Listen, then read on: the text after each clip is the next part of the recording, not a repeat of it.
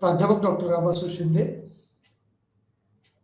Maharashtra in Pune, professor doctor Abasu Shinde. आज आपण growth and development अर्थात वृद्धी आणि विकास या संकल्पनेशी संबंधित इंदिरा गांधी नॅशनल ओपन युनिव्हर्सिटीने जी संधी दिलेली आहे त्या संदर्भात आपण त्यांना धन्यवाद देऊया. एज्युकेशन किंवा शिक्षण ही एक निरंतर चालणारी प्रक्रिया आहे. कोणत्याही वयात कोणत्याही स्टेटमध्ये आपल्याला शिक्षणाची लालसा, ज्ञानवृद्धी करण्याची जी संधी असते ती आपण घेण्याचा निश्चित प्रयत्न करणार आहोत. या निमित्ताने होणारं हे सखोल अध्ययन आपण पुढील 1 तासामध्ये विचारमंथन करणार आहोत. अर्थात वृद्धी आणि विकास या बाबतच्या असणाऱ्या संकल्पना, निर्देशक आणि मापन या प्रक्रियेच्या अनुषंगाने आपण काही बाबी पाहणार आहोत. आंतरराष्ट्रीय तुलना करण्याच्या अनुषंगाने नंतरच्या लेक्चरमध्ये आपण बघणार आहोत. वृद्धी ही एक प्रक्रिया आहे किंवा त्या प्रवाहात आपण सुरुवात केलेली आहे, काहीतरी नाविन्यपूर्ण करण्याचा प्रयत्न करणार आहोत. अशा पद्धतीनं वृद्धीची ही एक संकुचित किंवा छोट्या पातळीवरची असणारी घटना, बाब आपण म्हणूया. दीर्घ कालावधीमध्ये किंवा काही टप्प्यामध्ये, विशिष्ट टप्प्यात आपण सर्वांगीण बाबीचा किंवा सर्वसमावेशकतेचा विचार करून विकासाकडे वाटचाल करतो आणि अंतिमतः सर्व बाबतीत ज्या पद्धतीनं अमेरिकेसारख्या देशाचा आपण विचार करतो त्यावेळेला डेव्हलपिंग कंट्री इंडियाच्या बाबतीत म्हणतो आपण. विकसनशील अर्थव्यवस्था किंवा विकसनशील देश म्हणून भारताची ओळख आहे किंवा आता हा टप्पा आपण गाठलेला आहे. पूर्वी अल्पविकसित, मध्यम विकसित किंवा विकसनशील किंवा विकसित अशा पद्धतीची प्रोग्रेस ही देशपातळीचं वर्गीकरण करताना आपण पाहतो. त्याच धर्तीवर प्रत्येक उद्योग व्यवसायाच्या अनुषंगाने, एम्प्लॉयबिलिटीच्या अनुषंगाने, रोजगाराच्या अनुषंगाने ही संकल्पना वृद्धी ही एक पहिला टप्पा किंवा सुरुवातीची अवस्था असते आणि विकासाची अवस्था ही दुसऱ्या टप्प्यात किंवा अंतिमतः सर्वसमावेशक बाबीमध्ये आपण मिनिमम अपेक्षित जो काही दर असतो त्याच्या वरती आपण पोहोचलेलो असतो, म्हणून डेव्हलप स्टेप आपण म्हणतोय. या संदर्भात काही संकल्पना, इंडिकेटर्स म्हणजे निर्देशक काय असतील, त्याचबरोबर त्या संदर्भातलं मेजरमेंट किंवा मोजमाप कशा पद्धतीने करावं या अनुषंगाने या संकल्पनेमध्ये किंवा पहिल्या इंट्रोडक्टरी पार्टमध्ये डेव्हलपमेंट ऑफ इकॉनॉमिक्स यामध्ये सांगितलेलं आहे. या अनुषंगाने ज्या वेळेला पहिला ग्रोथ अँड डेव्हलपमेंट आपण पाहतो, वृद्धी आणि विकास, त्या अनुषंगाने आपण प्रस्तावना पाहणार आहोत. इंट्रोडक्टरी पार्ट आहे. आर्थिक वाढ, संकल्पना आणि मोजमाप, त्याचबरोबर economic growth, concept and measurement, त्या अनुषंगाने आपण दुसऱ्या पॉईंटमध्ये पाहत आहोत. यातलंच एक सब पॉईंट म्हणून आर्थिक वाढीची संकल्पना, कन्सेप्ट ऑफ इकॉनॉमिक ग्रोथ कशा पद्धतीने होतीये, कशा पद्धतीने ही वाढ घडून येते त्याबाबत आपण माहिती घेणार आहोत. प्रति व्यक्ती एकूण उत्पादन आणि output, total output and output per capita या अनुषंगाने प्रति व्यक्ती ग्रोथ कशा पद्धतीने घडून येते त्याबद्दलचा आपण विचार विनिमय करणार आहोत. अंतराळ आणि वेळेची तुलना, comparison across space and times, त्या अनुषंगाने या ठिकाणी ही संकल्पना बघतोय आपण. वृद्धीचा कालखंड जसा आपण अल्पकाळ, मध्यमकाळ आणि दीर्घकाळ म्हणतो तशा पद्धतीने या अल्पकाळावधीच्या अनुषंगाने वृद्धीचा टप्पा आपल्याला गाठता येतो, तर विकासासाठी कदाचित दीर्घकाळ असावा लागतो. आणि ही विकासाची अवस्था किंवा कोणतीही अवस्था ही किती काळ चालू शकेल या संदर्भातले लिमिटेशन्स हे तितकेसे नसतात. त्यामुळे कोणतीही अवस्था ही कोणत्याही काळापर्यंत ही चालू शकते. जसं की आपण कोविड पॅन्डेमिकचा काळ पाहिला तर किती काळ कोविडची अवस्था राहील किंवा कोविड-19चा प्रादुर्भाव आपल्या समोर राहील याच्या संदर्भातली निश्चित शाश्वतता आपल्याकडे नव्हती. तशा अनुषंगाने युद्धजन्य काळ असेल किंवा या संदर्भातले कुठलेही आजार असतील, आपण म्हणूया विकार असतील, त्या संदर्भातला निश्चित कालावधी हा नसतो किंवा अर्थव्यवस्था स्थिरता किती कालखंडापर्यंत राहील या संदर्भातले निश्चित अंदाज आपल्याला अंदाज हे काही लिमिट चा विचार करून आपल्याला बांधता येतात, परंतु त्या अंदाजाने अर्थव्यवस्था पुढे जात असते. विकसनशील राष्ट्राची जी काही अवस्था आपण पाहतो किंवा त्या अनुषंगाने ह्या जो टॉपिक वेगवेगळे 3 पॉईंट आपल्याला पाहायचे तेच ग्रोथ अँड डेव्हलपमेंट म्हणून ओळखले जातात. या कन्सेप्टमध्ये किंवा संकल्पनेच्या अनुषंगाने विकसनशील राष्ट्राची जी काही वैशिष्ट्ये आहेत ती आपल्याला याच्यातच पाहिजे आहेत. कमी दरडोई उत्पन्न किंवा लो पर कॅपिटल इन्कम, त्याचबरोबर कमी उत्पादनाला असणारा आधार, मॅन्युफॅक्चरिंग बेस त्याला म्हटलंय. त्याचबरोबर विकसनशील राष्ट्राच्या वैशिष्ट्यामध्ये इतर काही वैशिष्ट्ये आहेत त्याचाही आपल्याला विचार करायचा आहे. त्याचबरोबर 1.5 मध्ये विकास आणि कल्याण, डेव्हलपमेंट अँड वेलफेअर, कारण अंतिमतः विकासाच्या टप्प्यामध्येच पुढचा जो भाग आहे तो म्हणजे कल्याणाचा, कारण मानवी कल्याण किंवा पर्यावरणाचं कल्याण आपण म्हणूया, पर्यावरणाच्या दृष्टीने साधन सामग्री जी आहे ती दीर्घकाळासाठी राहणं हे अपेक्षित आहे. याच डेव्हलपमेंट अँड वेलफेअरच्या अनुषंगाने वेलफेअर ज्या वेळेला विचार करतो आपण त्यावेळेला प्रत्येकाचं कल्याणाची संकल्पना कदाचित वेगवेगळी असू शकेल, परंतु आहे या मानवी संपत्तीने, जीवसंपत्तीने, पर्यावरणपूरक नैसर्गिक असणारी जी काही संपत्ती आपण म्हणतो ती संपत्तीचा वापर करून पुढच्या पिढीसाठी आपण या पर्यावरणीय घटक जे आहेत ते दीर्घकाळासाठी ठेवू शकतोय का, हा देखील या ठिकाणी वेलफेअरच्या अनुषंगाने विचार करणं अपेक्षित असतं.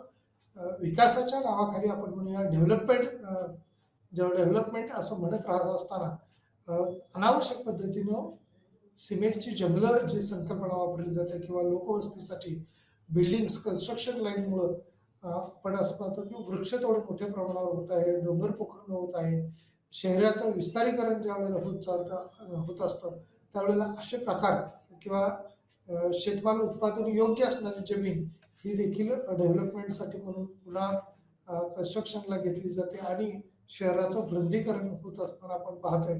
वेलफेअर कल्याण जर मानवाचं साधायचं असेल तर नैसर्गिकचं जोपासना करणं हे देखील गरजेचं असतं. त्यानंतर सहस्त्र विकास उद्दिष्टे आणि शाश्वत विकास या अनुषंगाने लक्ष किंवा टार्गेट आपण विचारात घेतलेलं आहे. The millennium development goals and the sustainable development goal या अनुषंगाने विचार करता मिलेनियम काही सहस्त्रकाळातली असणारे विकासाचे टप्पे आणि शाश्वत विकासाच्या अनुषंगाने असणारे काही बाबी त्या ठिकाणी विचारात घेतलेल्या आहेत. सहस्त्र विकासाचे काही उद्दिष्टे ऑब्जेक्टिव्ह आणि त्याच्यातच शाश्वत विकासाचे देखील ऑब्जेक्टिव्ह किंवा लक्ष म्हटलं त्या ठिकाणी गोल्स अचीव करण्याच्या अनुषंगाने ऑब्जेक्टिव्ह जसं म्हटलं जातं तसं गोल्स हा देखील कंपोनंट महत्त्वाचा आहे. यामधला एक एक आपण पॉईंटच्या अनुषंगाने विस्तृतपणे बघण्याचा प्रयत्न करणार आहोत. इंट्रोडक्टरी पार्टच्या अनुषंगाने या अभ्यासाच्या पहिल्या खंडात आर्थिक वाढ आणि विकासाची चर्चा करण्यात आलेली आहे. आर्थिक वाढीचा अर्थ आणि त्याचे मोजमाप कसे केले जावे किंवा कशा पद्धतीने करता येईल त्या अनुषंगाने उद्दिष्ट डोळ्यासमोर ठेवलेले आहेत. विकासाच्या संकल्पनेवर तपशीलवार चर्चा या अनुषंगाने या टॉपिकमध्ये केली जाईल. आर्थिक आणि दोन्ही सामाजिक बाबी किंवा आंतरराष्ट्रीय तुलना ही देखील करण्याच्या दृष्टीने या प्रकरणामध्ये तरतूद आहे. सर्व देशामध्ये या ब्लॉकेजचे शीर्षक किंवा ग्रोथ अँड डेव्हलपमेंट असं आहे. या ब्लॉकच्या अनुषंगाने म्हणजेच या टायटलच्या अनुषंगाने सर्व देश पातळीवर किंवा जागतिक पातळीवर जर हा विषय पाहिला तर ग्रोथ अँड डेव्हलपमेंट म्हणून इंग्लिशमध्ये त्याचा उल्लेख केला जातो, वृद्धी आणि विकास.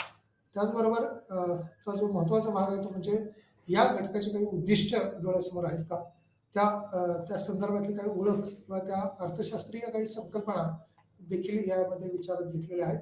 अर्थ आणि तो कशा पद्धतीने चर्चा होऊ शकते, वाढीपेक्षा त्याची भिन्नता किंवा वेगळेपण कशा पद्धतीने आहे, विकासाचे काही घटक, मूलभूत घटक आपण विचारात घेतलेले आहेत, कोणत्या पद्धतीचे असू शकतात किंवा कल्याणाशी संबंधित असणारी बाब त्या ठिकाणी विचारात घेतलेली आहे. आर्थिक कल्याण जर घडवून आणायचं असेल किंवा मानवाचं कल्याण, हॅपीनेस इंडेक्स आपण म्हणतो, तो हॅपीनेस इंडेक्स कशा पद्धतीने वाढू शकतो किंवा तो वाढवण्यावरती विशेष प्रयत्न किंवा नियंत्रित, जसं की महाराष्ट्रामध्ये विशेष करून पुण्यामधली जर परवाची घटना आपण पाहिली तर कालचीच घटना ॲक्च्युली चांदणी चौक पुण्यातलं सुप्रसिद्ध असणारा एक ब्रिज तो डिमॉलिश करण्याच्या दृष्टीनं, तोडण्याच्या दृष्टीनं प्रयत्न किंवा कशा पद्धतीनं नियोजन करून पद्धतीनं शासकीय पूर्व परवानगीनं त्याचं डिमॉलिश करण्यात आलं, तोडण्यात आलं किंवा अनधिकृत आपण बिल्डिंग्स पाहतो, या देखील काही वेळेला तोडण्याचा निर्णय घ्यावा लागतो. आणि या कन्स्ट्रक्शनचा किंवा पर्यावरणाला जर हानिकारक असतील,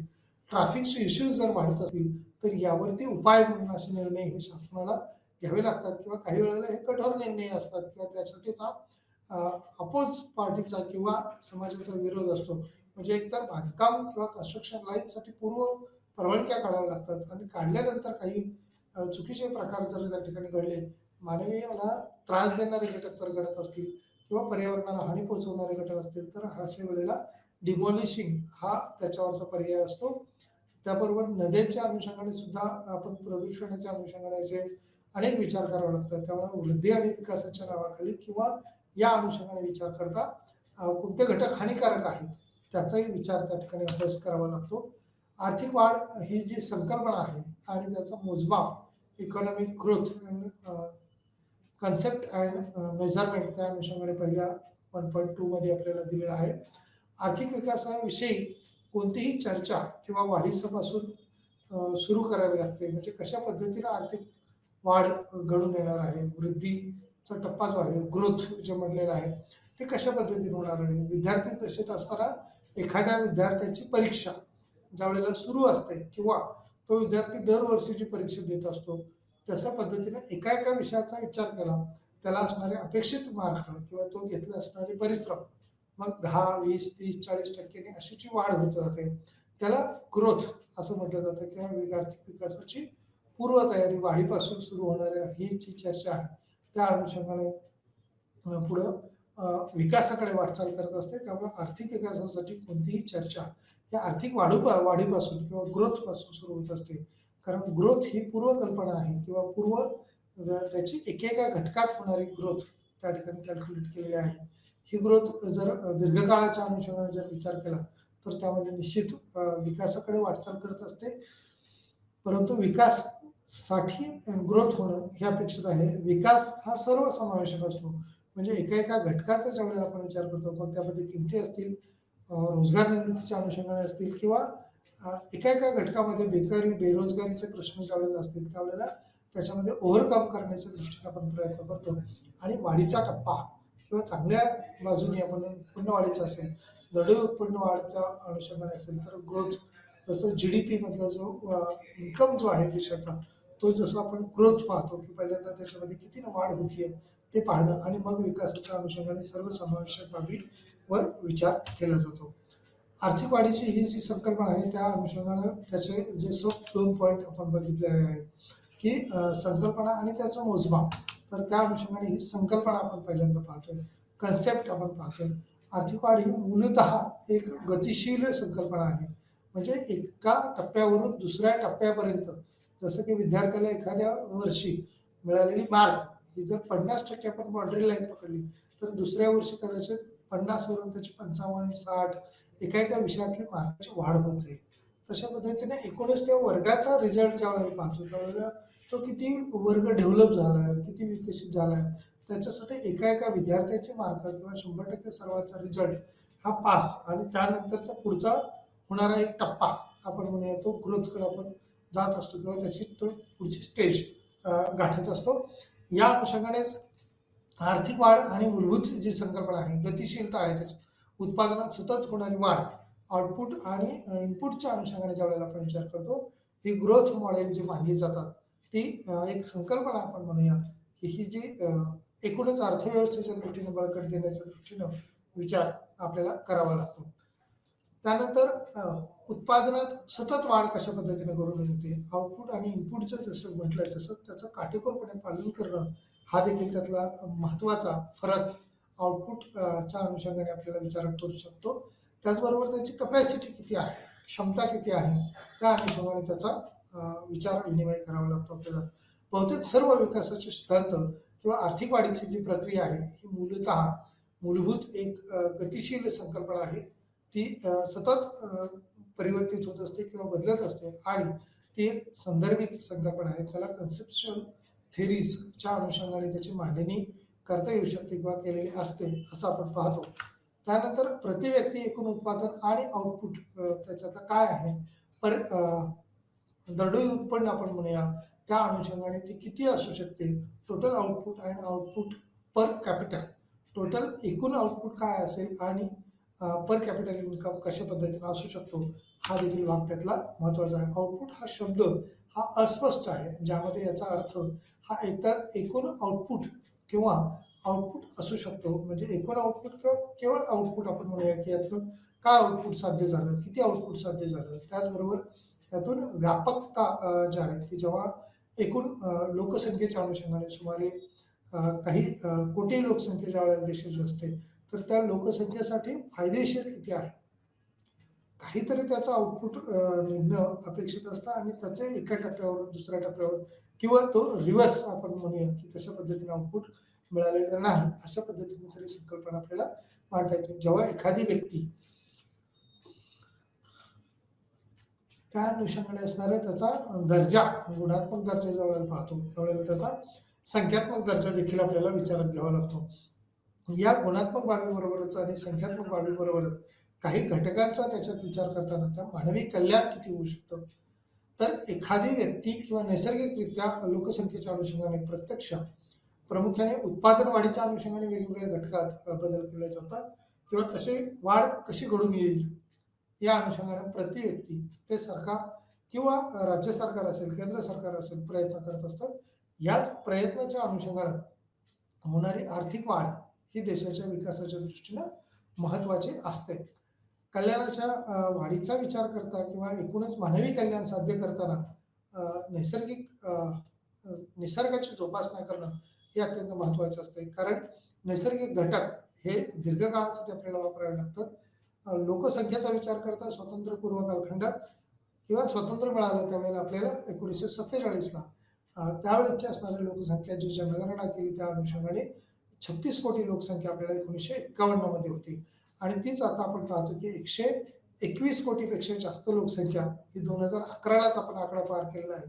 आणि आज ज्यावेळेला आपण 2022च्या दरम्यानची आकडेवारी पाहतो त्यावेळेला 137-38 कोटी लोकसंख्या किंवा 135 कोटीपेक्षा जास्त लोकसंख्या असलेली आपण पाहतो. आणि याच लोकसंख्येसाठी जमीन हा घटक आपल्याकडे स्थिर आहे, त्याही वेळेला तेवढी होती, आजही आपल्याकडे जमीन तेवढीच आहे. त्यामुळे याच जमिनीच्या अनुषंगाने, मूलभूत घटकाच्या अनुषंगाने राहणीमानाचा विचार करता आपल्याला अपेक्षित असणारा हा जो घटक आहे तो व्यक्ती किंवा नैसर्गिकरित्या लोकसंख्येच्या अनुषंगाने हा वाढणारा आहे आणि जमिनीच्या किंवा क्षेत्रफळाच्या अनुषंगाने भौगोलिक क्षेत्रफळ जे आहे सीमारेषेच्या आतलं ते तेवढंच आहे आपलं. त्यामुळे हा घटक स्थिर आहे आणि एक घटक मात्र प्रचंड वेगाने वाढलेला आहे, किंबहुना जागतिक पातळीवर आपला दुसरा क्रमांक आता चीन नंतरचा दुसरा क्रमांक लोकसंख्येच्या बाबतीत लागतो. त्यामुळे एकूण लोकसंख्येच्या भाराच्या दृष्टीनं तो जवळपास 17% लोकसंख्या ही आपल्या भारतात जागतिक पातळीची आहे आणि जमिनीचं क्षेत्रफळ मात्र ते तुलनात्मकरित्या फार कमी आहे किंवा अल्प प्रमाणात असलेलं आपल्याला दिसून येतं. अंतराळ आणि वेळेची तुलना, विनिमय दर मोठ्या प्रमाणात जसं की आता डॉलरच्या तुलनेत आपला भारतीय रुपया जवळपास आपण 80 पर्यंत द्यायला लागलेलो आहोत. म्हणजे एकूणच आंतरराष्ट्रीय पातळीवरची ही तुलना करता डॉलरची किंमत आता प्रति डॉलर ही भारताची वाढलेली आहे का ती घटलेली आहे, तर अवमूल्यनाच्या अनुषंगाने ज्यावेळेला पाहतो त्यावेळेला ती प्रचंड वेगाने घटलेली आहे. जवळपास 80 रुपये आपण आता प्रति डॉलर द्यायला लागलेलो आहोत. त्यामुळे ही घट झाल्याचे आपल्याला दिसून येतं. व्यापाराच्या वस्तूच्या प्रवाहाद्वारे निर्धारित केलेले जातात आणि आंतरराष्ट्रीय भांडवल आणि सामान्यतः सापेक्ष किमती किंवा प्रतिबिंबित त्या अनुषंगाने केले जातात.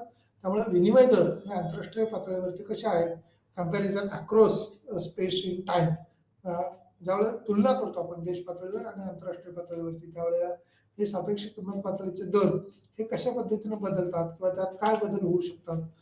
नॉन टार्टेड माल ज्याला म्हटलं जातं किंवा जीडीपीचे रूपांतर बाजाराद्वारे अमेरिकन डॉलरमध्ये ज्या वेळेला केलं जातं, जे आता आपण सांगितलं त्या पद्धतीनं विनिमय दर हा गुणोत्तर असल्यास उत्पन्नाच्या पातळीची दिशाभूल करणारी तुलना त्यातून केली जाते. व्यापारात याच्याच अनुषंगाने नसलेल्या वस्तू किंवा त्यामध्ये असणाऱ्या किमती, ह्या किमतीच्या अनुषंगाने व्यापारचे चढ उतार दिसून येतात आपल्याला.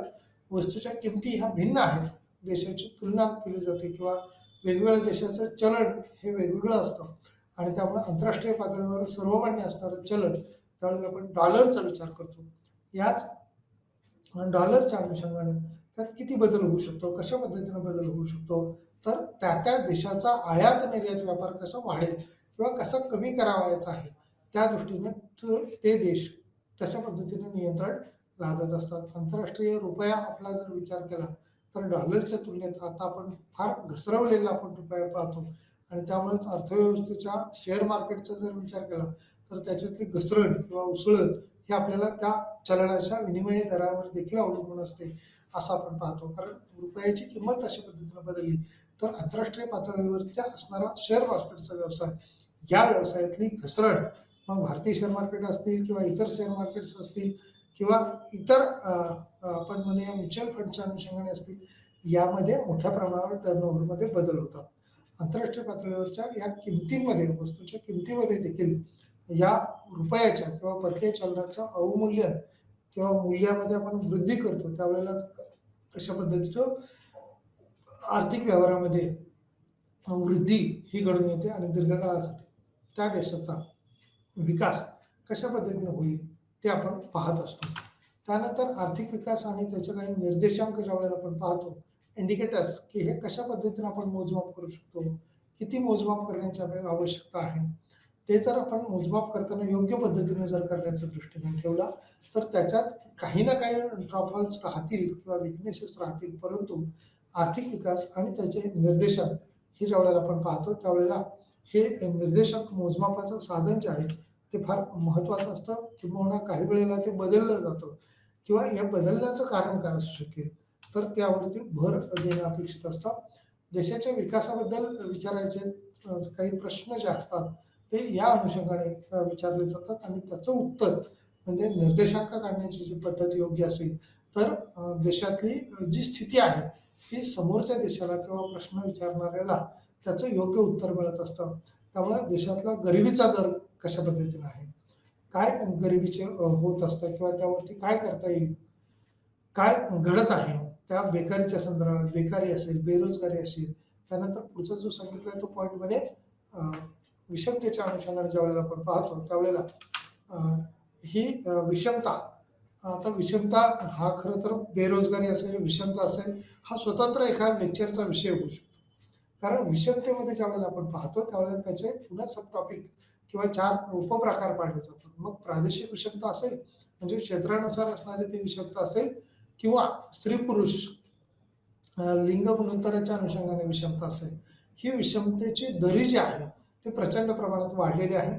त्यानंतर पर कॅपिटल इन्कमच्या अनुषंगाने असेल म्हणजे दरडोई उत्पन्नाच्या रेशोमध्ये ज्या वेळेला आपण पाहतो त्यावेळेला गरीब हा आणखी गरीब झालेला दिसतो आणि श्रीमंत जो आहे तो आणखी श्रीमंत झालेला असतो. म्हणजे गरीब आणि श्रीमंत यातली दरी ही मोठ्या प्रमाणावर रुंदावलेली दिसते. त्यामुळे इनइक्वॅलिटी याचा जो वेळेला पॉईंट पाहतो त्यावेळेला लिंग गुणोत्तर याच्यामध्ये देखील विचार होऊ शकतो, पर कॅपिटल इन्कमच्या अनुषंगाने होऊ शकतो, क्षेत्रानुसार किंवा राज्यामध्ये सुद्धा असणारी जी काही विषमता आहे ती दिसून येते. जसं डोंगर प्रदेश आपण पाहतो किंवा डोंगराळ प्रदेश आपण पाहतो, आदिवासी विभाग पाहतो त्यावेळेला तिथला असणारा विकास आणि सदर्न एरियामधला असणारा विकास किंवा डेव्हलप कंट्री, डेव्हलप स्टेट किंवा डेव्हलप सिटी, मुंबई, दिल्ली, कलकत्ता हे जे प्रमुख शहरं आहेत तर या शहरांचाच विकास झालेला दिसतो. मग त्यामध्ये अगदी पुण्याचा जरी विचार केला महाराष्ट्रामध्ये तर या पुण्याचा विकास झालेला दिसतो. म्हणजे डेव्हलप कंट्रीच्या अनुषंगाने ज्यावेळेला विचार करतो त्यावेळेला तिथल्या काही ठराविक एरियातला, ठराविक विभागाचा विकास हा झालेला असतो. त्यामुळं यातली विषमता जी आहे म्हणजे काही ठिकाणी अतिगरीब झाले असणारे लोक दिसतील, अगदी झोपडपट्ट्या असणारे असतील, ग्रामीण भागातल्या अगदी अन्न मिळण्याची किंवा विवंचना आपण पाहतो. म्हणजे मुठभर लोकांकडे खूप प्रचंड प्रमाणात आहे तर काही लोकांकडे अगदी 2 वेळेचं म्हणजे दारिद्र्य, कुपोषणाचं प्रमाण सुद्धा भारतात मोठ्या प्रमाणावर आहे. म्हणजे अन्न न खाणाऱ्याचं प्रमाण जे वेळेला वेगवेगळ्या साथीचे रोग आपण पाहतो त्याही पेक्षा जास्त अन्न न मिळाल्यामुळं भूकबळीची संख्या जी आहे ती मोठ्या प्रमाणावर वाढलेली दिसते.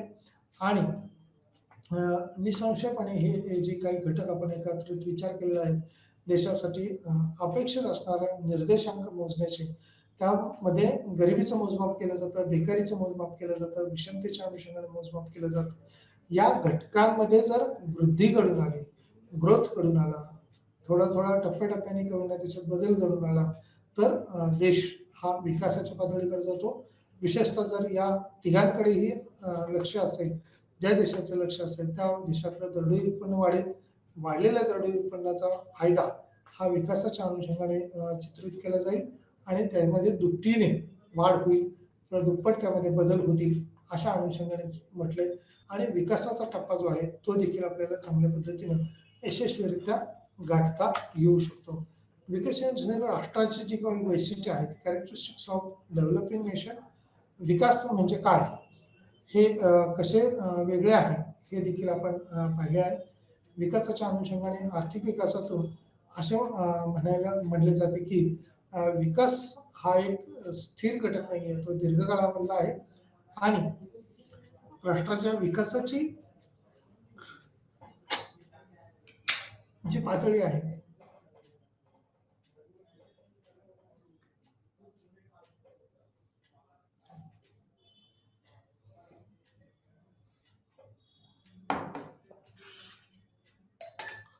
ती गाठण्यासाठी डेव्हलपिंग कंट्रीचा ज्यावेळेला आपण पर कॅपिटल इन्कम पाहतो, दरडोई उत्पन्न पाहतो किंवा जीडीपीच्या अनुषंगाने त्यांचं उत्पन्न पाहतो. मिळणारं उत्पन्न हे कशा पद्धतीचं मिळतं कोणत्याही देशाचा जर विचार केला तर तिथं असणारे टॅक्स सिस्टीम जी काय असते, कर प्रणाली जी काय असते, त्या अनुषंगाने तुम्ही उत्पन्न मिळत असतं. आणि हेच मिळालेलं उत्पन्न पुढील वर्षाचा प्लॅन करून अंदाजपत्रक तयार केलं जातं आणि या अंदाजपत्रकाच्या आधारावरती अर्थात इंडियन बजेट त्याला म्हटलं जातं.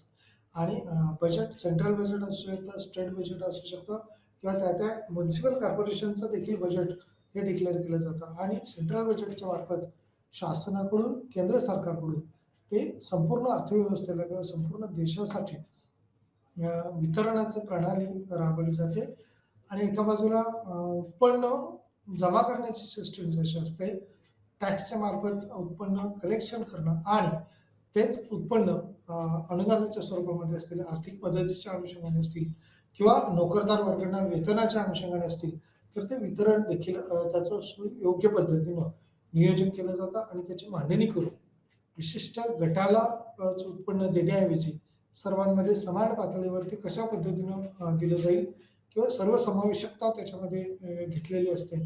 जर एकूण अर्थव्यवस्थेचा विचार केला तर या विकासावरून आपल्याला असं म्हणता येईल की जरी या प्रश्नाची उकल होत नसली तरी एक स्टेप असते किंवा एक विशिष्ट टप्पा असतो की तिथून आपल्याला विकासाचा एक वृद्धिगत होण्याच्या अनुषंगाने प्रयत्न केले जातात. तपशीलवार काही माहिती दिली जाते. त्या घटकामध्ये कोणत्या घटकाला समाविष्ट करून घ्यायचं किंवा किती प्रमाणात या घटकाचा हिस्सा असला पाहिजे. विकसनशील राष्ट्रामध्ये दिसून येणारे जे काही घटक असतात, मग त्यामध्ये लोकसंख्येच्या अनुषंगाने असतील, इतर काही घटकांच्या अनुषंगाने असतील, मग उत्पन्नाचं आपण तर म्हटलेलंच आहे, परंतु रोजगार निर्मितीच्या अनुषंगाने असेल, वेगवेगळ्या विकासाच्या दृष्टीनं सर्वसमावेशकता असेल, त्या बाबीला आपल्याला विचार करावा लागतो. कमी दरडोई उत्पन्न ज्यावेळेला आपण पाहतो, लो पर कॅपिटल इन्कम म्हणजेच भौतिक दृष्टीनं कमी उत्पन्न असणाऱ्या बरोबरच विकसनशील राष्ट्राचा दरडोई उत्पन्नाचा रेशो काय आहे. भारताचा जर पाहिला तर तो साधारणपणे किती $1000 आहे किंवा विकसित देशाचा किती $1000 आहे किंवा डॉलरच्या अनुषंगाने $1300 पर कॅपिटल इन्कमचा ज्यावेळेला विचार केला जातो किंवा याचा टप्पा जो आपण विकासाचा ज्यावेळेला पाहतो त्यावेळेला तो 4000 पेक्षाही जास्त पर कॅपिटल इन्कम असणाऱ्यांचं प्रमाण हे ज्या देशामधलं जास्त दिसून येतं त्या देशाचा विकासाचा टप्पा आपण गाठलेला आहे असं म्हणतो. परंतु भारताचं दरडोई उत्पन्न ज्यावेळेला आपण पाहतो भारतातलं, तर ते आजही तुलनात्मकरित्या विकसित देशाच्या मानाने खूप कमी असल्याचं आपण पाहतो. हा विकासाच्या किंवा विकसनशील देशाच्या मानाने आपण दरडोई उत्पन्न जे आहे ते वेगाने वाढणं अपेक्षित आहे. दरडोई उत्पन्न जर आपलं वाढलं तर त्याचे अनेक फायदे आपल्या देशाला होऊ शकतील किंबहुना लोकसंख्येचे अनेक प्रश्न हे दरडोई उत्पन्नाशी संबंधित असतात.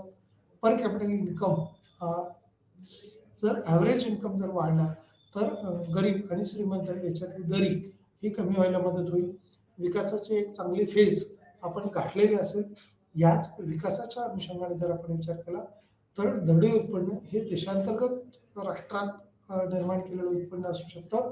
आंतरराष्ट्रीय पातळीवरती ज्यावेळेला एखादा व्यक्ती किंवा नागरिक जातो त्यावेळेला तिथलं असणारं उत्पन्न देखील आपल्या देशाच्या राष्ट्रीय उत्पन्नामध्ये कॅल्क्युलेशन केलं जातं, समाविष्ट केलं जातं. परंतु इतर देशातले लोक ज्यावेळेला नोकरीसाठी, कामधंद्यासाठी, उद्योगासाठी भारतात येतात, महाराष्ट्रात येतात, एखाद्या राज्यात येतात, त्यावेळेला तिथून उत्पादित केलेलं उत्पन्न हे त्या देशाच्या अनुषंगाने किंवा इतर देशातले ज्या देशातले लोक येतात त्या देशाच्या उत्पन्नामध्ये तो भर घालणारा घटक असू शकतो. त्यामुळं आपल्या देशातून, भारतातून परकीय बाजारपेठेत जे उत्पन्न मिळवलं जातं तिथं जाऊन त्यावेळेला, म्हणजे विशेष करून डॉक्टर्स फील्डमध्ये ज्यावेळेला पाहतो त्यावेळेला अमेरिकेचे डॉक्टर आपल्या देशात येतात किंवा बरेच लोक हे आपल्या देशातले तिथे जाऊन ट्रीटमेंट घेतात. त्यावेळेला तिथलेच डॉक्टर असतील तर तो उत्पन्नाचा रेशो हा त्या देशाचा GDP वाढण्याला मदत होते. आपल्या देशाचा GDP वाढण्यासाठी आपल्या देशातलं उत्पादन, आपल्या देशातली जी काही प्रक्रिया आपण म्हणूया वैद्यकीय प्रक्रिया आहे ती होणं अपेक्षित आहे. त्याचबरोबर आंतरराष्ट्रीय पातळीवरती ज्यावेळेला आपण विचार करतो त्यावेळेला त्या देशातल्या लोकांनी आपल्याकडे येऊन काय उत्पन्न मिळवलं तर तो त्या देशाचं उत्पन्न वाढतो, आपल्या देशाचं उत्पन्न वाढत नाही. आपण फक्त त्या सेवेचा लाभ घेणारे असतो. त्यामुळे उत्पन्न रेषेच्या अनुषंगाने आपल्याला हे बघणं अत्यंत महत्त्वाचं आहे. 1.4.2 त्यावेळेला आपण पाहतो त्यावेळेला कमी उत्पादन आधार किंवा लो मॅन्युफॅक्चरिंग बेस याला म्हटलं जातं. प्रक्रिया उत्पादनाची कशा पद्धतीने आहे. विकसनशील राष्ट्राबद्दल आपण पाहत असलेल्या विशिष्टपैकी एक म्हणजे बरेचसे एकूण देशांतर्गत उत्पादनाचा हिशोब किंवा उत्पादन क्षेत्रात तितकेसे विकसित झालेले नाही. उद्योग तितकेसे विकसनशील देशामध्ये किंवा अल्पविकसित देशात हे कमी असतात. कमी उत्पादनाचा आधार किंवा कमी उत्पन्न असणारे देश त्यावेळेला आपण पाहतो त्यावेळेला इतर अनेक घटकांमध्ये उत्पादनाचा कधी कधी किंवा सेवा देखील त्या अनुषंगाने कमी असलेले दिसून येतात. या सेवांचा, वैद्यकीय सेवांच्या बाबतीत आपण पाहिलं तरी वैद्यकीय सेवा भारतात पूर्वी मिळायची नाहीत किंवा आपण 1980चे कालखंड जर पाहिला किंवा 72चा मोठा दुष्काळ पाहिला तर त्यावेळेला ट्रीटमेंटसाठी, आत्ताही आपण पाहिलं की कोविडसारखी साथ येते त्यावेळेला जास्ती असणाऱ्या लोकसंख्येला असे मोठे प्रश्न निर्माण होतात आणि त्यावरती उपाय करण्याच्या अनुषंगाने खूप मोठी तयारी शासनाला करावी लागते. कोविड पॅन्डेमिकच्या नंतर आपण जर पाहिलं शेवटी की ज्यावेळेला इन्शुरन्स द्यायचा विचार केला, इंजेक्शन द्यायचा विचार केला त्यावेळेला ह्या इंजेक्शनांच्या मार्फत किती द्यावं, कशा पद्धतीने द्यावं याच्यावर अनेक विचारविनिमय झाले आणि सेवा देखील त्याच्यातले बदल करण्यात आले किंवा तशा पद्धतीनं ट्रीटमेंटमध्ये बदल करण्यात आले. त्यामुळे वैद्यकीय सेवेचा लाभ घेताना ती कशी घ्यावी किंवा कशा पद्धतीने घ्यावी तर इन्कमच्या दृष्टीनं उत्पन्न वाढणं किंवा त्या देशाचा GDP विकास होणं हा घटक त्यातला महत्त्वाचा आहे. त्यानंतर व्यापक आणि वैविध्यपूर्णता त्याच्यात असावी. उद्योगात सेवा देखील किंवा कशा पद्धतीने वाढ होते ते पाहिलं पाहिजे किंवा तशा पद्धतीने यात बदल होणं अपेक्षित आहे. इतर वैशिष्ट्यामध्ये ज्यावेळेला आपण पाहतो अदर फीचर्स त्यावेळेला अनेक विकसनशील राष्ट्रांनी इतर काही वैशिष्ट्ये दर्शविली आहेत जी सामान्य आहेत. यापैकी याच देशांना लोकसंख्येचा वाढीचा दर आणि प्रजनन पातळी हे देखील देश उच्च पातळीवरती विचार करत असतात. म्हणजे इतर अनेक घटक ज्यावेळेला प्रजनन पातळी देखील म्हणजे जसं की महाराष्ट्रात किंवा शासकीय योजना अशा पद्धतीची होती की हम दो हमारे दो, म्हणजे महाराष्ट्राच्या अनुषंगाने जर विचार केला, देशाचा भारताचा विचार केला तर पॉप्युलेशन स्टेबल करण्याच्या अनुषंगाने किंवा स्थिर ठेवण्याच्या अनुषंगाने ग्रोथ जी आहे ती थोडी थोडी होणारच आहे, परंतु ती किती वेगाने वाढू शकते यावर नियंत्रण ठेवण्याच्या दृष्टीनं प्रयत्न केले जातात किंवा तसे बदल करणं अपेक्षित असतं. इतर वैशिष्ट्यांमध्येच ज्यावेळेला या बारकावे आपण पाहतो त्यावेळेला लोकसंख्या वाढीचा दर हा जर स्वातंत्र्योत्तर कालखंडामध्ये आत्तापर्यंत आपण जर पाहिला तर तो वाढतच आहे, परंतु त्या वाढीचा वेग जो आहे तो 2001 किंवा 2011 या कालखंडामध्ये 10 वर्षामध्ये तो कमी झालेला आहे.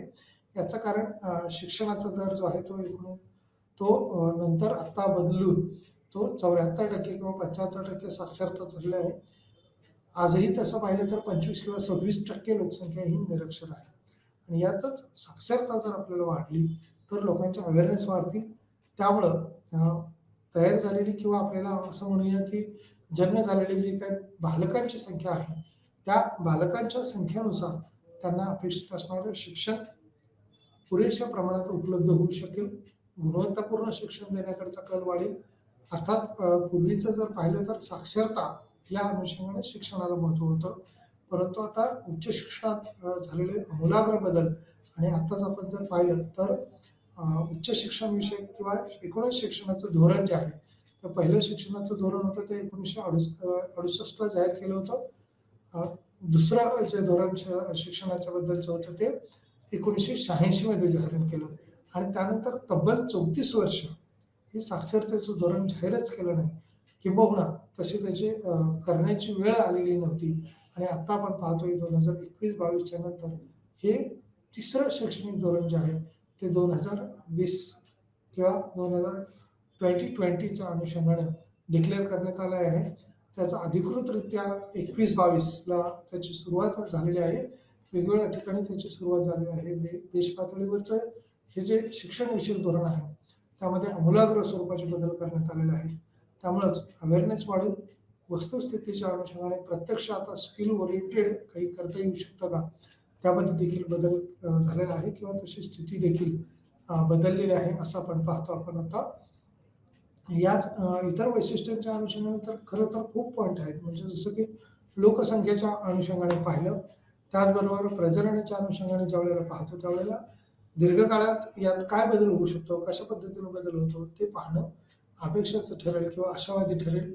त्यानंतर विकास आणि कल्याण वेलफेअरच्या अनुषंगाने आपण मगाशी विचार जो इंट्रोडक्टरी पार्टमध्ये मांडला, त्यात कशी वाढ होऊ शकते, कितीनं वाढ होऊ शकते, GNP आर्थिक कल्याणाचे जे निर्देशांक आहेत ते कशा पद्धतीने होऊ शकतात किंवा कितीनं बदल होतो आणि तो जर दीर्घकाळात चांगले बदल झाले तर समाजाला किंवा एकूण देशातल्या ज्या काही गरजा आहेत त्या गरजा पूर्ण करणं हे यामुळे शक्य होऊ शकतं.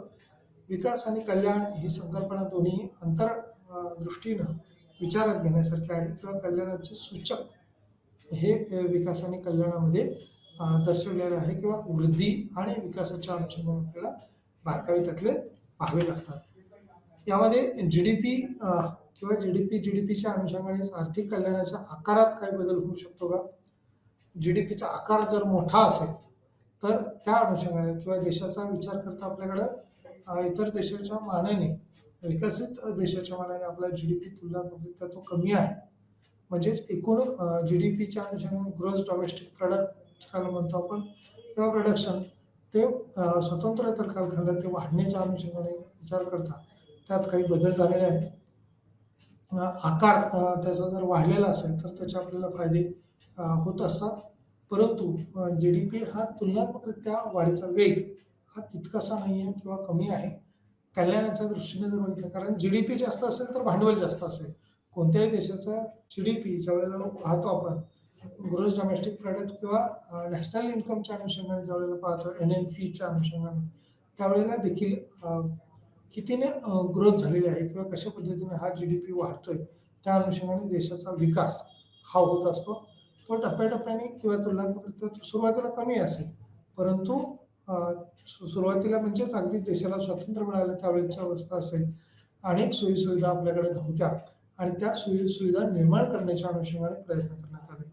आता हे प्रयत्न हे दीर्घकाळ चालू राहिले का, तर हो, दीर्घकाळामध्ये अशा पद्धतीचे प्रयत्न चालू राहिले आणि त्याचा फायदा आर्थिक कल्याणाच्या वितरण प्रणालीला देखील घ्यावा लागला. या वितरण यंत्रणेमध्ये आपण जसं की आता स्वस्त धान्य दुकानातून रेशन धान्य दुकान म्हटलं जातं, स्वस्त धान्य दुकानावरच याच शॉपच्या माध्यमातून किंवा रेशन धान्य दुकानातून सरकारकडून येणारं अन्नधान्य जे आहे त्याच्यामध्ये मग तांदूळ असतील, गहू असतील याच्या वितरणाची प्रक्रिया राबवली जाते. म्हणजे गहू हा 2 रुपये किलोने दिला जातो आणि तांदूळ हा 3 रुपये किलोने दिला जातो. तर जे गरीब गरजू कुटुंब आहेत किंवा पिवळं रेशन कार्ड धारक जे कुटुंब आहेत त्या केसरी रेशन कार्ड धारक कुटुंब जे आहेत तर त्यांना तशा पद्धतीने याच्यातला घटक विनियोग करण्याच्या किंवा वितरित करण्याच्या अनुषंगाने प्रयत्न केले जातात.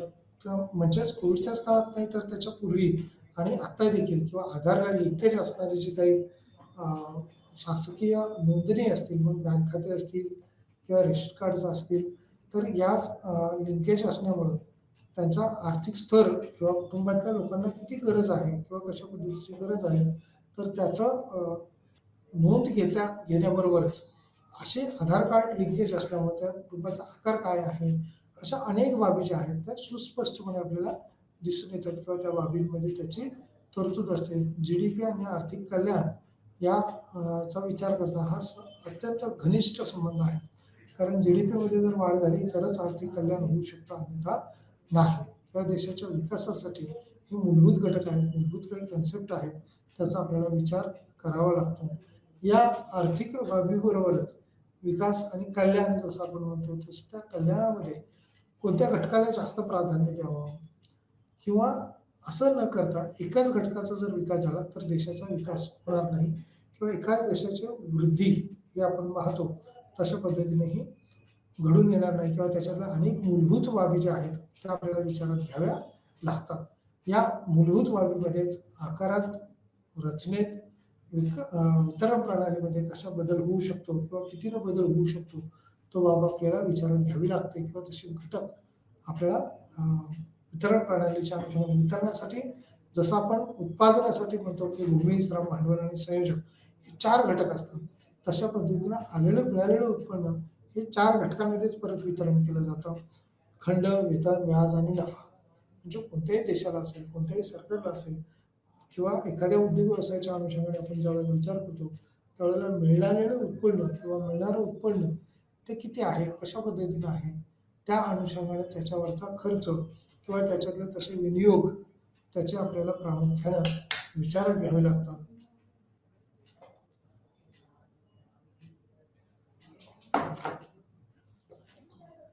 या वितरण प्रणालीमध्ये केवळ आपल्याला लेबरचा विचार करून चालत नाही किंवा केवळ भांडवलदाराचा विचार करून चालत नाही किंवा भूमी किंवा खंडाचा विचार करताना जमिनीला दिला जाणारा मोबदला म्हणजेच खंड आपण केवळ मोबदलाच विचार न घेता संयोजक हा घटक देखील फार महत्त्वाचा असतो आणि या संयोजनाच्या अनुषंगाने म्हणजे GDPला असणारा आर्थिक कल्याणाच्या आकारात असणारा बदल हा होणं गरजेचं असतं. कारण एकूण लोकसंख्येची आपण स्वातंत्र्योत्तर कालखंडात पाहतो ते मोठ्या प्रमाणात वाढलेले आहे. वाढत्या लोकसंख्येला मूलभूत गरजा म्हणजे अन्न, वस्त्र, निवारा या मूलभूत गरजा जर मिळाल्या तर चौथी बाब अत्यंत महत्त्वाची आहे ती म्हणजे शिक्षण. सर्वांना किंवा 100% साक्षरता होणं या अनुषंगाने देखील बाब किंवा घटक महत्त्वाचा असल्याचं आपण पाहतो. सहस्त्रवादी किंवा विकास आणि त्याची उद्दिष्ट ज्यावेळेला आपण विचारात घेतो त्यावेळेला याच्यात काही बदल झाला का, उद्दिष्टांमध्ये कोणत्या कोणत्या प्रकारची उद्दिष्ट विचारात घेतलेली आहेत, तसं GDP मध्ये देखील विचारात घ्यावं लागतं. कल्याणाच्या बाबतीत जर आपण विचार केला तर तो कशा पद्धतीनं कल्याण करू शकतो किंवा किती कल्याण होईल या अनुषंगानं आता कल्याणाच्या वेगवेगळ्या संकल्पना आहेत. खरं तर ही मानसिक एक प्रकारची संकल्पना आहे, परंतु याला काही पॉईंटमध्ये आकड्यांमध्ये मांडण्याचा प्रयत्न हे विचारवंतांच्या अनुषंगाने मात्रात्मक त्याला रूपरेषा देण्याचं ठरवलेलं होतं. त्या मात्रात्मक रूपरेषातनंच काही घटक आपण म्हणूया की अंदाज बांधला जातो किंवा 2 टाईमचं जेवण मिळणं ही सुद्धा कुपोषण विरहित बाब आपण म्हणूया की जिथं अगदी आत्ता सध्या जर पाहिलं तर एकच टाईम जेवण मिळतं किंवा उपासमारी देखील आपल्याला सामोरं जावं लागतं. त्यावेळेला आपल्या देशातल्या काही लोकांना काही गरीब लोकांना आपण म्हणूया गरजू लोकांना अन्नधान्य पुरवणं मग त्या अनुषंगाने झालेले बदल ते देखील वाढवणं किंवा किती न बदल होत आहेत तशा पद्धतीने सोयीसुविधाही देश पातळीवरती देणं ते अगत्याचं आहे किंवा ते महत्त्वाचं आहे.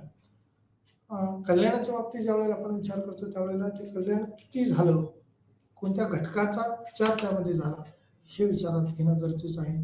मिलेनियम डेव्हलपमेंट आपण म्हटले त्या विशिष्ट टप्प्यामध्ये जी डेव्हलपमेंट झाली ती किती झाली, कशा पद्धतीने झाली, तर त्या अनुषंगाने याच्यात काही बाबी दिलेल्या आहेत. रचनात्मक बाबीबरोबरच त्याचा GNP मधला कल आपण बघितला तसा इतर वैशिष्ट्यांमध्ये जर पाहिलं किंवा त्याच्याही अगोदरचा विचार केला तर या वैशिष्ट्यांमध्ये कॅरेक्टरिस्टिक्स ऑफ डेव्हलपिंग नेशन म्हणजे इथं देश म्हटलं नाही तर इथं नेशन म्हटलं.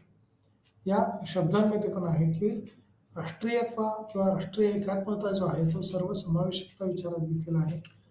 या सर्वसमावेशक बाबीमध्येच राष्ट्राच्या काही विशिष्ट बाबी किंवा त्या पातळीला किती उत्पन्न वाढू शकतं, उत्पन्नाचा रेशो कशा पद्धतीने बदलेल याचं वर्गीकरण किंवा याची मांडणी करावी लागते.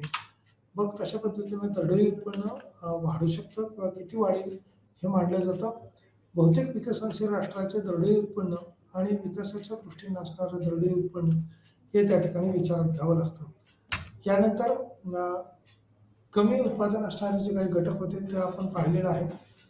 उत्पादनाचा एक आधार असतो किंवा विकसनशील राष्ट्राबद्दल आणि आपण पाहत असलेल्या वैशिष्ट्यापैकी एक म्हणजे बरेचसे एकूण देशांतर्गत उत्पादनाचा हिशोब हा शांतीद्वारे किंवा केला जातो विशिष्ट पद्धतीनं. कधी कधी तेव्हा देखील विचारात घ्यावं लागतात. उत्पादन क्षेत्र तितकेसे विकसित झालेलं नसतं आणि हे उत्पादनाचे क्षेत्र किंवा विकासाचा गट्टा हा वाढण्याच्या अनुषंगाने जसं आपण इतर वैशिष्ट्य पाहिली तशा कमी उत्पादनता आहे ती वाढण्याच्या दृष्टीनं प्रयत्न करणं अपेक्षित आहे. अन्यथा मूलभूत गरजा अन्न वस्त्र निवारा या गरजा देखील आपल्या पुरेशा होऊ शकत नाहीत. पाण्यासारखी गरज किंवा पाण्यासाठी वणवण आपल्याला फिरावं लागतं ही शोकांतिका आहे देशातली. खरं तर स्वातंत्र्याला 75 वर्ष झाली मिळून आझादी का अमृत महोत्सव आपण एका बाजूला साजरा करतो आणि दुसऱ्या बाजूला काही गरीब गरजू जी लोक आहेत तिथं मात्र आजपर्यंत आपण पाणी वीज किंवा सपाटीकरणाच्या अनुषंगाने जमीन किंवा चांगली बाजारपेठ आपण देऊ शकलो नाही, निर्माण झाली नाही त्या एरियामध्ये. कारण विकासाच्या टप्प्यात अनेक अडथळे आहेत. त्या अनुषंगानं त्याचा विचार विनिमय करावा लागतो. इतर वैशिष्ट्यामध्ये तर अनेक पॉईंट्सचा विचार केला आहे. त्यापैकी बऱ्याच वेळेला आपण लोकसंख्येकडे दुर्लक्ष करतो किंवा लोकसंख्या ही कशी वाढत असते. तर एका मार्शल सारख्या विचारवंताने असं सांगितलंय की लोकसंख्या ही भूमितीय पद्धतीनं वाढत असते आणि उत्पादन त्या अनुषंगाने तितकंसं वाढलेलं नसल्यामुळं किंवा उत्पादनात वाढ न झाल्यामुळं एकूण देशाची अर्थव्यवस्था जी आहे ती स्थिर राहते किंवा तशा पद्धतीने त्याच्यात बदल होत नाही. त्यामुळं लोकसंख्या वाढणं देखील महत्त्वाचं आहे. जी सामान्य आहेत यापैकी बरंच काही बाबी किंवा लोकसंख्येच्या अनुषंगाने विचार करावा लागतो. लोकसंख्या प्रजनन आणि पातळी हे दर्शवणारे किंवा दिशादर्शक काही बाबी आहेत. या बाबीतच आपण हे विकासाचे टप्पे मांडतो. GNPच्या अनुषंगाने यातला काही घटक विचारात घेतलेला आहे. तो घटक ज्यावेळेला पाहतो त्यावेळेला त्याची GDPची संकल्पना लावून त्याच्या आकारात कशा पद्धतीने बदल झालाय, त्याच्या रचनात्मक क्रियामध्ये कशा बदल झालाय आणि त्याची उतरण प्रणाली आता ज्याचा उल्लेख आपण केला तो म्हणजे भूमी असेल, श्रम असेल, संयोजक असतील, भांडवलदार असतील. या भांडवलदार हा घटक देखील महत्त्वाचा आहे. कारण भारतासारखा देश आपण ज्यावेळेला पाहतो त्यावेळेला तो विकसनशील आहे आणि इतर देश ज्यावेळेला आपण पाहतो त्यावेळेला काही देश यातले अगदी काही स्वित्झर्लंड सारखे देश असते, स्वित्झर्लंड सारखे देश आपण पाहतो किंवा इतर देशांमध्ये ज्यावेळेला त्यांचं भांडवल कॅपॅसिटी ही कमी असते त्यावेळेला लो पर कॅपिटल इन्कमवाले देश आणि हाय पर कॅपिटल इन्कम असणारे देश याच्यात त्याचं वर्गीकरण केलं जातं. आणि यावरून लक्षात येते की भारतासारख्या देशाला सुद्धा GDP ची ग्रोथ करणं अपेक्षित आहे. त्या कारण एकूण लोकसंख्या ही खूप मोठ्या प्रमाणात आहे आणि शेअर ऑफ ॲग्रिकल्चर असेल, share of history, share of industrial sector असेल किंवा ॲग्रिकल्चर सेक्टर्स असतील ह्या क्षेत्रांच्या विकासामध्ये कशा पद्धतीनं वाढ होते हे दर्शवण्याचं काम किंवा हे पाहण्याचं काम हे GDPच्या अनुषंगाने असतं. म्हणजे उत्पन्न मिळवण्याचे स्रोत जे आहेत, मार्ग जे आहेत ते वेगवेगळे आहेत आणि त्या पद्धतीनं उत्पन्न हे कशा पद्धतीनं वाढू शकतं, किती प्रमाणात उत्पन्न वाढू शकतं यावरती त्या दशकांमध्ये मोठ्या प्रमाणात काम झालेलं आहे. स्वातंत्र्य मिळाल्यानंतर आपण असं म्हणतो की 75% लोक 75 वर्ष आपण साजरी करतोय आणि 75% साक्षरता दर देखील आहे. त्यामुळं या शिक्षणावरती असणारा अपेक्षित असणारा जो काही 6% खर्च आहे एकूण GDPचा तो तुलनात्मकरित्या केला जात नाही. किंबहुना ती करावी अशी मागणी अनेक स्तरातून आहे. कारण लोकसंख्या एकूण वाढली, वाढत्या लोकसंख्येप्रमाणे विद्यापीठ असतील, महाविद्यालय पातळी असतील तर या ठिकाणी शिक्षण घेणाऱ्याचं प्रमाण वाढलं. त्यामुळं अनुदानाचं जी रक्कम आहे ती देखील वाढणं अपेक्षित आहे. अनुदान घेणारे किंवा लाभधारक घटक जे आहेत त्यांचं देखील विकास होणं या ठिकाणी महत्त्वाचं आहे. त्यामुळं एकूण उत्पादनात कशा पद्धतीने वाढ होऊ शकते किंवा किती प्रमाणात वाढ होणं अपेक्षित आहे ती यामध्ये दिलेलं आपण पाहतो.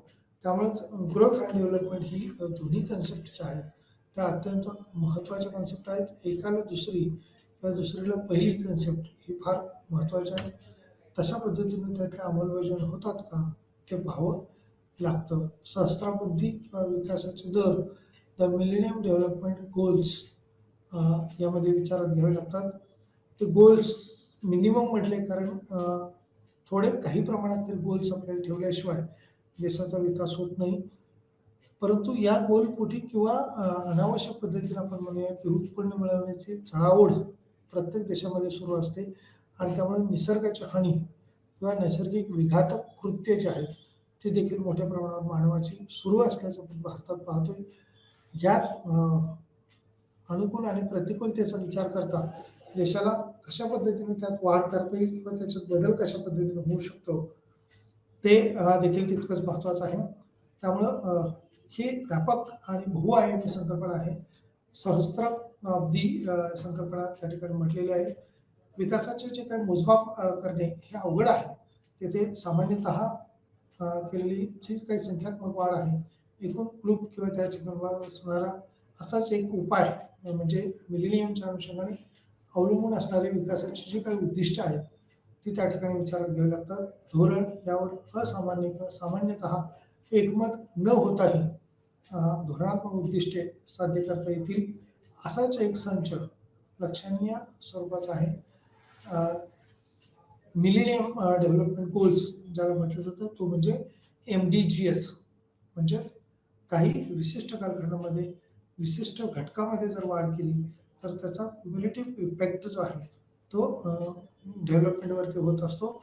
त्याच अनुषंगाने ही डेव्हलपमेंट प्रोसेस MDGs म्हणजे एक संच लक्षांना मिळालेली नियमावली त्याचबरोबर त्यातलं असणारे डेव्हलपमेंट गोल्स जे आहेत ते देखील त्या ठिकाणी महत्त्वाचे असतात. म्हणून हे गोल्स डोळ्यासमोर ठेवलेले असतात. त्या अनुषंगाने सप्टेंबर 2000 मध्ये जर आपण विचार केला तर त्या अनुषंगाने राष्ट्रांनी एकूण राष्ट्रसंघाचे किंवा सहस्त्रात स्वीकारलेला आपल्याला पाहायला मिळतं किंवा तशा अनुषंगाने त्यात बदल झालेले आहेत. डेक्ला रोशन यांनी एक वार्षिक पोहोचवणारा दस्तऐवज जगात काढला. त्यालाच वचनबद्धता असं म्हटलं जातं. प्रत्येकासाठी विकासाचा अधिकार हा प्रत्येकाला आहे. कोणताही लहान व्यक्ती असो, मोठा व्यक्ती असो किंवा स्त्री असो, पुरुष असो. आता या सर्व भिंती ह्या दूर झालेल्या आहेत. त्यामुळे विकासाच्या विशिष्ट टप्प्यात हे वाजवीकरण किंवा भाववाढी होणं हे देशासाठी हानिकारक असतं.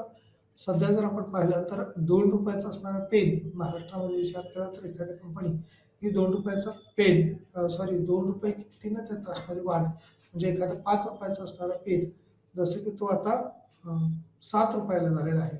म्हणजे ज्यावेळेला 5 रुपयापाठीमागे 7 रुपये असे किंवा 2% वाढ ज्यावेळेला आपण पाहतो त्यावेळेला ह्या उत्पन्न रेशो इन्कमच्या अनुषंगाने जसे वाढलेले असतात तशा पद्धतीने ते एक्सपेंडिचर खर्चाच्या अनुषंगाने सुद्धा याच्यामध्ये मोठ्या प्रमाणावर वाढ होती असं आपण पाहतो. आणि हीच वाढ होऊ नये किंवा ती किती प्रमाणात व्हावी त्याला काही मर्यादा असावेत. त्या अनुषंगाने अत्यंत दारिद्र्य व उपासमार यांचा असणारा प्रभाव समोर याचं उच्चाटन झालं पाहिजे. त्याचबरोबर सार्वत्रिक प्राथमिक शिक्षण साध्य करणे, स्त्री पुरुष समानतेला प्रोत्साहन देणे आणि स्त्रियांचे सबलीकरण करणे अशा अनेक खरं तर याचे पॉईंट्स दिलेले आहेत. बालमृत्यूचे प्रमाण कमी करणे, माता आरोग्य सुधारणा घडवून आणणे, HIV किंवा एड्स, मलेरिया आणि इतर रोगांचा प्रादुर्भाव किंवा सामना आपल्याला करावा लागतो.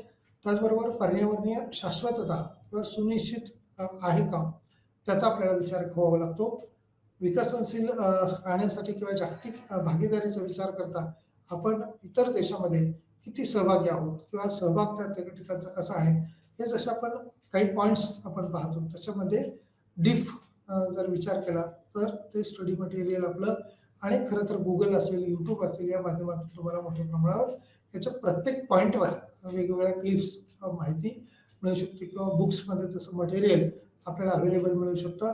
अत्यंत दारिद्र्य असणारी किंवा उपासमार त्या ठिकाणी होती आहे त्या ठिकाणचे हे उच्चाटन करण्याचं उद्दिष्ट किंवा ध्येय डोळ्यासमोर ठेवणं हे प्रत्येक देशाचं आहे.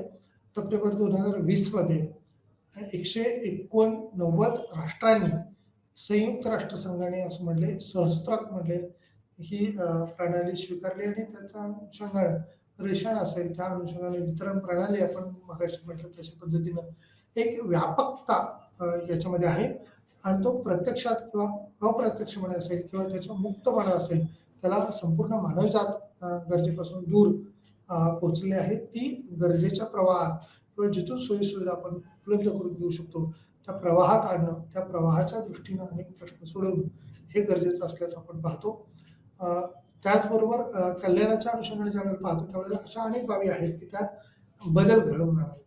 व अत्यंत दारिद्र्य असणारे जे काही घटक आहेत, आपण रस्त्यावरती सिग्नलला जर थांबलो तर आपल्याला 4-5 लोक आजही रोजीरोटीच्या अनुषंगाने, काही चलन किंवा काही करन्सीज मागण्याच्या अनुषंगाने येत असतात, पैसे मागण्याच्या अनुषंगाने येत असतात किंवा खाण्याचे काही पदार्थ मिळतील का या अनुषंगाने मागणी करतात. म्हणजे उपोषणाचं जे प्रमाण आहे ते आजही मोठ्या प्रमाणात आहे. सार्वत्रिक प्राथमिक शिक्षण जे आहे ते साध्य करणं म्हणजे सर्वांना किंवा 100% लोकसंख्येला, जनतेला सर्व शिक्षण पोहोचेल अशा अनुषंगाने आपल्याकडे आताच शिक्षणविषयक धोरण आहे. त्याच्यात असं म्हटलेलं आहे की आपण 2030 पर्यंत हे सर्वांना सामावून घेईल असं नवीन सुधारित 5+3+3+4 असं जे काही नियोजनबद्ध धोरण आहे, त्या धोरणाच्या अनुषंगाने अनेक बाबी त्या ठिकाणी मांडलेल्या आहेत किंवा त्याचा विचार त्याच्यामध्ये केलेला आहे. अत्यंत दारिद्र्य असणं किंवा उपासमार असणं त्याचे समूळ उच्चाटन खरं तर करणं किंवा कुणालाही असं राहता कामा नये किंवा उपाशी राहतोय असा व्यक्ती त्या ठिकाणी नसावा असं भारतात म्हटलंय. म्हणजे सापेक्ष दारिद्र्य, निरपेक्ष दारिद्र्य, त्या ठिकाणी निरपेक्ष दारिद्र्याचं प्रमाण जास्त आहे. सापेक्ष तुलनात्मक दारिद्र्य कमी किंवा जास्त असू शकेल, परंतु असं असणं हे प्रामुख्याने गरजेचं आहे. बालमृत्यूचे प्रमाण ज्यावेळेला आपण पाहतो त्यावेळेला ते होऊ नये याच्यासाठी माता आरोग्य सुधारणा योजना राबवली आहे आणि बालमृत्यू दरामध्ये ज्यावेळेला बदल होतील किंवा ते होऊच नाहीत अशा अपेक्षा ज्यावेळेला आपण करतो, म्हणजे दर 1000 बालकांचा मृत्यू पावण्याचं प्रमाण एकूण लोकसंख्येच्या त्या अनुषंगाने हा बालमृत्यू विचारात घेतला जातो. त्यानंतर याचा कमी प्रमाण करणे किंवा कोणतेही बाल हे जन्माला आणल्यानंतर ते मृत्यू पाहू नये काही कालखंड किंवा दीर्घकाळात किंवा एकूण लोकसंख्या जोपासता यावी या अनुषंगाने प्रयत्न करणं अपेक्षित असतं. पूर्वी खरं तर पाहिलं तर याच्यात बालमृत्यूचं प्रमाण हे खूप मोठं होतं. ते आता स्वातंत्र्योत्तर कालखंडात आपल्याकडे कमी होत आलेलं आहे. काही खरं तर HIV सारखा, एड्स सारखा, मलेरिया आणि इतर रोगांचा सामना करताना अनेक अडचणी येत आहेत किंवा त्याच्यातले दगावण्याच्या पेक्षा जास्त लोकसंख्या ही बालमृत्यूच्या अनुषंगाने दगावते. कारण वैद्यकीय सोयीसुविधा त्या मातेसाठी असतील, बालकासाठी असेल, अजूनही आपल्याकडे तितकासा त्याच्यात विकास झालेला नाही. त्याच्यात विकास होणं हा अपेक्षित आहे. बालमृत्यूचं प्रमाण जर कमी करण्यात आलं तर निश्चितपणे देशाला विकासाचा टप्पा गाठता येईल. म्हणून माता आरोग्य सुधारणा केंद्र जे आहेत ते सुरू केलेले आहेत. HIV एड्सच्या अनुषंगानं त्याची प्रतिकार क्षमता वाढण्याच्या अनुषंगानं प्रयत्न केला जातो. मलेरिया, टायफॉइड किंवा इतर सारखे समजा आजार असतील तर त्याच्यावर उपाययोजना तत्परतेनं, जसं कोविडचं पॅन्डेमिक आपण पाहिलं, कोविडचा साथ जी आली होती ती साथीवर नियंत्रण करण्याच्या अनुषंगाने लशी निर्माण करण्यात आल्या आणि कोव्हॅक्सिन किंवा कोशिल्ड ह्या वॅक्सिन अनेकांनी किंवा प्रत्येकाने, अगदी मी सुद्धा ही वॅक्सिन्स 2 वेळा घेतली आणि दोन्ही डोस यशस्वीरित्या पार पाडले. त्याला तिसरी टप्पा देणे गरजेचं आहे किंवा अजून तिसरा, कारण रोगप्रतिकारक क्षमता आपल्याकडं असेल यावरती भर दिलेला असतो. पर्यावरणीय शाश्वतता ही कशी राहील, त्यानंतर विकसनशील देशाच्या बाबतीत आपण जागतिक भागीदारी जी आहे ती कशी वाढेल आपली, त्याच्यावर आपण प्रयत्न करतो. शाश्वत विकासाचं उद्दिष्ट आपल्या डोळ्यासमोर तर असतंच. म्हणजे 215 देश 2015 मध्ये आपण याच्यावर भर दिलाय. देश शांतता आणि समृद्धीच्या बाबतीत, त्याचबरोबर गरिबीचा विचार देखील त्याच्यामध्ये केलेला आहे. एवढं बोलून आपण या ठिकाणी आज थांबूया. धन्यवाद.